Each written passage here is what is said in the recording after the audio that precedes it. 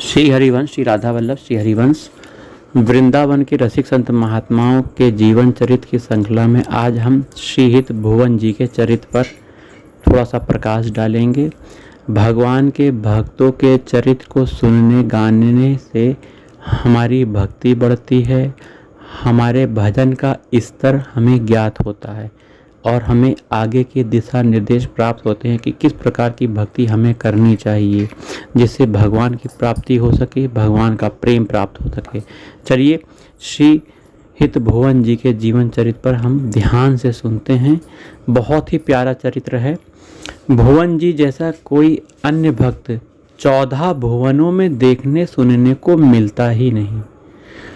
इनके हृदय में गोस्वामी श्री हित हरिवंश महाप्रभु जी की कृपा से युगल सरकार श्री श्यामा श्याम का नित्य निवास बना रहता था। हमारे श्री हित भुवन जी का जन्म चौहान वंश में हुआ था। भुवन जी के पिता मेवाड़ के किसी राणा के प्रधान सामंत थे। वे परम सूरवीर योद्धा थे और राणा जी उन्हें अपने भाई जैसा सम्मान दिया करते थे। भुवन जी के माता पिता दोनों ही हरि गुरु साधु सेवा परायण अनन्य हित धर्मी थे। भुवन जी उनके एकमात्र पुत्र थे और 12 वर्ष की स्वल्प आयु में ही इन्हें पितृवियोग जैसे घोर दुख का सामना करना पड़ा। किंतु राणा जी के स्नेहपूर्ण सानिध्य एवं संरक्षण में इन्हें दुख का ज़्यादा अनुभव नहीं हुआ। राणा जी की ओर से इनके पिताश्री को 1.25 लाख का पट्टा मिला हुआ था जिसे इन्होंने इनके नाम कर दिया था। अब अपने पुत्र की तरफ से निश्चिंत होकर इनकी माताश्री ने श्री राधा वल्लभ लाल के लाड़ चाव में अपना पूरा समय लगाना आरंभ कर दिया था। बालक भुवन जाति स्वभाव के अनुसार अपने समान बालकों के साथ शिकार खेलने में मग्न रहा करते थे।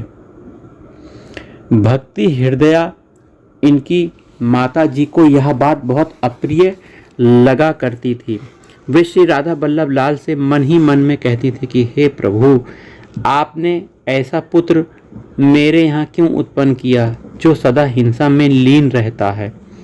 यह पुत्र मेरे किसी काम का नहीं है। हरि भक्तों को तो हरि भक्त के प्रति ही अपना तो हो जाता है। यह सोचकर उनकी माता इनके प्रति धीरे धीरे कम होने लगी। उनकी ममता कम होने लगी थी। एक दिन भुवन जी अपने शयन कक्ष में सोए हुए थे। प्रभु इच्छा से चूहों ने तीरों से भरे हुए इनके तरकस को कमरे में फर्श पर डाल दिया जिससे कि उनके तीर चारों तरफ फैल गए। इस खटखट की आवाज़ को सुनकर भुवन जी की नींद उचट गई, खुल गई। यह जानने के लिए कि चूहों ने क्या गिरा दिया है। जैसे ही हड़बड़ा कर उठे वैसे ही एक तीर इनके दो पैर में दोनों अंगुल में गड़ गया। इनको बहुत दर्द हुआ, वेदना हुई, हाय हाय मचाकर रोने लग गए। ममतामयी इनकी माताश्री अधिक देर तक कठोर न रह सकी। उसी समय आकर इनके पैर से तीर निकालकर इन्हें धिक्कारते हुए और किसी प्रेम से पुचकारते हुए समझाने लगी, हे कपूत, तुझे भगवान ने एक क्षत्रिय कुल में जन्म दिया है। तू एक तीर लग जाने से माँ माँ कहकर चिल्लाता है। तू कायर है। अरे बेटा देख, जो प्रत्येक जीव पर दया करते हैं, दूसरों को पीड़ा का हरण करते हैं, दूसरों का प्राण न लेकर उसके प्राण बचाते हैं, वही बालक सपूत कहलाते हैं। प्रत्येक प्राणी में प्रभु का ही निवास है। ऐसा वेद आदि ग्रंथ एवं साधु संत महात्मा कहते हैं। अतः किसी देहधारी को कभी भी कष्ट न पहुंचाकर देह देने वाले परम प्रभु का भजन करना ही इस मानव जीवन का एकमात्र उद्देश्य है। माता जी के इस उपदेश से भुवन जी के हृदय में कुछ परिवर्तन तो अवश्य हुआ, किंतु पूर्ण रूप से नहीं। कुछ दिन बाद जब राणा जी शिकार के लिए जा रहे थे तो उन्होंने इन्हें भी साथ चलने के लिए कहा और ये भी अपने मन की कचाई के कारण उनके अनुरोध को टाल न सके और उनके साथ हो लिए। इन शिकारियों को देखकर सभी हिरन हिरनी अपने अपने जोड़ों में वनों में छिपने के लिए भागने लगे। इन सब ने भी अपने अपने घोड़े उनके पीछे दौड़ा दिए। जब सभी लोग शिकार करने में असफल रहे वापस आ रहे थे, तभी भुवन जी को एक हिरणी जो गर्भवती होने के कारण पूरी तरह दौड़ नहीं पा रही थी दिखाई दे गई। इन्होंने उसके पीछे अपना घोड़ा दौड़ा दिया। उसे पकड़कर भुवन जी ने अपनी तेज धार वाली तलवार से एक ही बार में गर्भ सहित उसके 2 टुकड़े कर दिए। हिरणी के साथ उसका बच्चे के भी 2 टुकड़े हो गए। होने से विभत्स दृश्य देखकर भुवन जी को शिकार खेलने से पूरी तरह घृणा हो गई। जब वे घर लौटकर आए तो माँ के चरणों में पड़े और मृगी का सारा वृत्तांत सुनाते हुए कहा, माँ, आज मैंने से शिकार खेलना छोड़ दिया है। जब तुम मुझे वृंदावन ले चलो और दीक्षा दिलवा दो। यह सुनकर माताजी अत्यंत प्रसन्न हो गई और इन्होंने वृंदावन लाकर महाप्रभु हरिवंश जी के ज्येष्ठ पुत्र श्रीवन चंद्र जी से मंत्र दीक्षा दिलवा दी। मंत्र का जाप करते हुए भुवन जी के मन में पूर्ण वैराग्य जागृत हो गया। अतः इन्होंने यह निश्चय किया कि अब मैं ना तो तलवार ही बांधूंगा न रानी जी की नौकरी ही करूंगा। किंतु इनके सामने एक प्रश्न था कि गृहस्थ धर्म का निर्वाह कैसे होगा। इससे भी बड़ा और प्रमुख प्रश्न था कि यदि मैं नौकरी छोड़ दूंगा तो धन के अभाव में प्रभु की और भक्तों की सेवा कैसे बन पाएगी, जो कि इन्हें गुरुदेव द्वारा मानव जीवन के उद्देश्य के रूप में ज्ञात हुआ है। तब इन्होंने यह निश्चय किया कि बिना तलवार के तो कार्य चलता दिखाई नहीं देता, अतः मैं अब लोहे की तलवार के स्थान पर काठ की तलवार बांधा करूंगा। इस प्रकार मैं राणा जी का प्रिय पात्र भी बना रहूंगा और हरि गुरु सेवा का कार्य भी सुचारू रूप से चलता रहेगा। अपने निश्चय के अनुसार अब ये सोने की मूठ वाली काठ की तलवार बांधकर बहुत दिनों तक राजसभा में भी जाते रहे और श्री जी की सेवा परिचर्या भी पूरे मनोयोग के साथ करते रहे। एक दिन अपने साथियों के साथ ये किसी सरोवर में स्नान कर रहे थे। स्वर्णमय नग खचित मूठ देखकर इसके एक साथी के हृदय में जानने की इच्छा हुई कि इसकी मूठ इतनी सुंदर है, इसकी तलवार कितनी सुंदर होगी, तो यह निश्चय ही अद्वितीय होगी। तो भुवन जी की तलवार बाहर निकाल ली और उसे अपने एक और साथी को भी दिखाया, किंतु काठ की तलवार को देखते ही उन्होंने चुपचाप उसे मयान में के अंदर डाल दिया। ये दोनों भुवन जी पर राणा जी की विशेष कृपा से ईर्ष्या रखा करते थे। इनकी कोई न कोई त्रुटि निकालने में निरंतर प्रयत्नशील रहते थे। अतः इन दोनों ने ईर्ष्यालुओं ने इस बात को बहुत बड़ा चढ़ाकर राणा जी को सुनाते हुए कहा कि आप जिन्हें सबसे अच्छा सरदार कहते हैं, वही आपके साथ विश्वासघात करने की इच्छा से काठ की तलवार बांधते हैं। समय आने पर वे आपका कार्य क्या कर सकते हैं। इस प्रकार के अनेक तर्कों के माध्यम से इन दोनों ने राणा जी को क्रुद्ध करने का बहुत प्रयास किया, किंतु राणा जी ने उनकी बातों पर कोई ध्यान नहीं दिया। ये दोनों चुगलखोर फिर भी भुवन जी की परीक्षा के लिए समय समय पर राणा जी को प्रेरित करते रहे। राणा जी भी तो आखिरकार मनुष्य ही थे।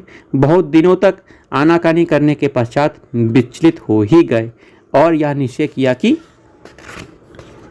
कल प्रातः बगीचे में गोष्ठी की जाए, वहाँ पर नृत्य गान का कार्यक्रम भी हो। उसके पश्चात ही मैं परीक्षा की कोई योजना बनाऊंगा।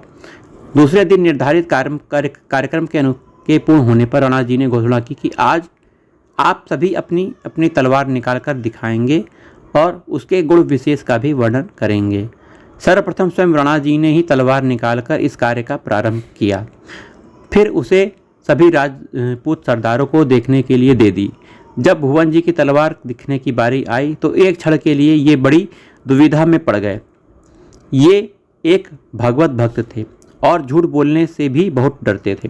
अतः इन्होंने निर्भय होकर यह कहते हुए कि मेरी तलवार दारू अर्थात काष्ठ की है, म्यान से बाहर निकाल ली, किंतु प्रभु तो अपने भक्तों की लज्जा को अपनी लज्जा और उनकी मान रक्षा को अपनी मान रक्षा समझते हैं।